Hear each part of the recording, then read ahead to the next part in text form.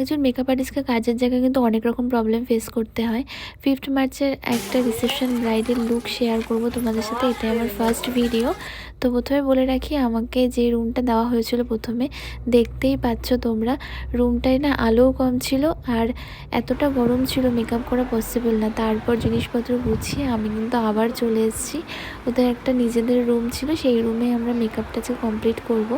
তো অনেকটা time waste করার পর দেখলাম ব্রাইডও চলে এসেছে।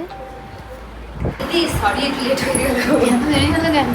ওই যে ফেস আনতে গেছিলাম ওই বাড়িতে, আবার মুখ ধুয়েই আসলাম। কেমন থেকে লুক চাইছো একটু বলো। আমি নিজের মন থেকে কিছুই না, দিদি যেরকম করে দেবে সেরকমই, দিদির উপরে পুরোটা ছেড়ে দিলাম। এবার দিদি নিশ্চয়ই ভালো দেখেই করে দেবে। চলো দেখি লুকটা কেমন। পারবে তুমি।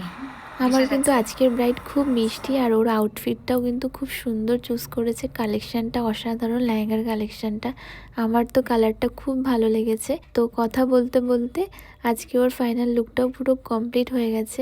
অনেক সময় ওর সাথে আমি গল্প করছিলাম। আর তোমরা কিন্তু কমেন্ট করে অবশ্যই জানিও আমায়, এরকম ভিডিও নেক্সট টাইম তাহলে আবার শেয়ার করব। তোমার ফাইনাল লুক কমপ্লিট, এবার বলো যে তোমার কেমন লাগলো আমার কাছে মেকওভার নিয়ে। দারুণ হয়েছে, দারুণ। যতটা এক্সপেক্ট করেছিলাম আর কি, তার থেকেও ডবল পেয়েছি। আমি পুরোটা দিদির উপর ছেড়ে দিয়েছিলাম, বলেছিলাম তুমি তোমার মতো করো। থ্যাংক ইউ, খুব থ্যাংক ইউ সুন্দর সো হয়েছে। মাচ। এবার একটু আইসটা ক্লোজ করো।